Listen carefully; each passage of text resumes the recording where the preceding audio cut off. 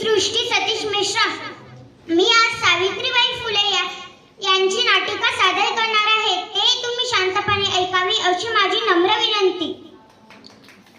अगं बाई बाई बाई बाई, काय र पोरांनो इथं तुमचं मराठी स्पंदन होय.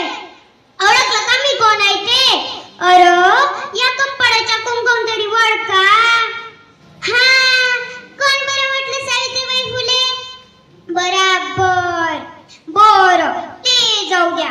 मी माझ्याबद्दल तुम्हा सर्वांना चार शब्द माहिती सांगते. ऐकता ना तुम्ही? माझ्या वडिलांचं नाव खंडोबाजी नेवसे होतं आणि माझ्या आईचं नाव लक्ष्मीबाई नेवसे होतं आणि माझं लग्न 1840 साली झालं आणि तेव्हा मी फक्त 9 वर्षाचे होते. म्हणजे विचार करा बरं, कितवीचं वय असेल माझं? हा 4थीचं. हुशार आहे ना पोरं? हुशार आहेत. बरं ते जाऊ द्या. माझ्या धनींच्या मावस बहिणींना लिहिता यायचं, वाचता यायचं, म्हणता यायचं आणि ते ज्ञान माझ्या धनींना म्हणजे ज्योतिरावांना दिलं आणि त्यांनी मला या सुक्या माती जमिनीवर लिहायला शिकवलं.